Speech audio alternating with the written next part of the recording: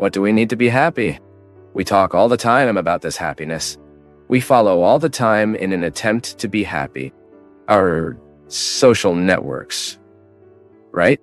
So many people publishing what it makes happy, and even lying around what makes us happy. What makes us happy? What makes us fulfilled? And from these questions, we started to deny. Because we lie to us. How many times do I find people? I identify this in me. A liar structure around realization. We pretend we are fulfilled. We pretend we are knowing what should be done. We are often on the surface of things, situations, and we don't even have the courage to touch what you really need to be touched, so that our lives are better. We have so many searches. Sometimes you try to be happy through your work. Yes, work, because you want to win something that makes you happy. Try to be happy through this dating, or have married. Try to be happy in this marriage. This life is so short, right? For us to waste the opportunity to be men and women performed, fulfilled, happy. Because this is God's desire for us. Conversion is that. It is you to identify if in the structure of your life today, there is something that is being an obstacle to your human fulfillment. So when I look at the structure of my life, what I need to renounce today, I see a reality that is favorable to my growth. I need to identify what today in the structure of my life is representing an obstacle to my realization.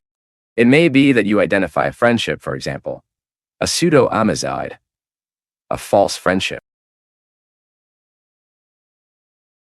An obstacle that has been an obstacle to your spiritual, effective, human growth. So we need all the time to articulate the reality that surrounds us. I like to call it our ambiances. And from these ambiances, we are honestly looking to be in the place we should really be. I think every human being, even though he is not very aware of it, is always trying to be happy, even when he misses. Even when we make mistakes, we are somehow trying to be happy. It may be that you are under the influence of a person who does not want you well, who is addicted to you and what destroys you,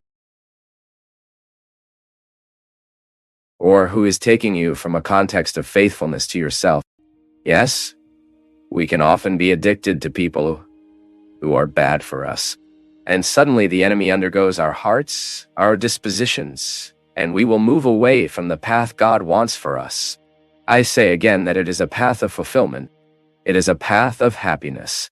God does not want our suffering. We suffer because we are human. It is part of our condition. But it is very petty for us to think that God has been sending those sufferings to us. No, He doesn't have to send. The sufferings are against. They are on the way to anyone who wants to live well. Just as He cannot get rid of these sufferings either because He is part of life. It is part of life to suffer. What He assures us is His presence. So it requires a lot of intellectual honesty. We are talking here about putting intelligence to work. What today in the structure of my life is an obstacle to my human fulfillment. Have you heard me about human achievement here? That is precisely this adequacy that we do of everything we can and cannot. Yes, because a realized human being is the one who has already become aware of everything he can and everything he cannot. And from this power and not power, a space of satisfaction is created. It is the satisfaction of being who it is, of doing what you do, of working on what you work, to study what you study.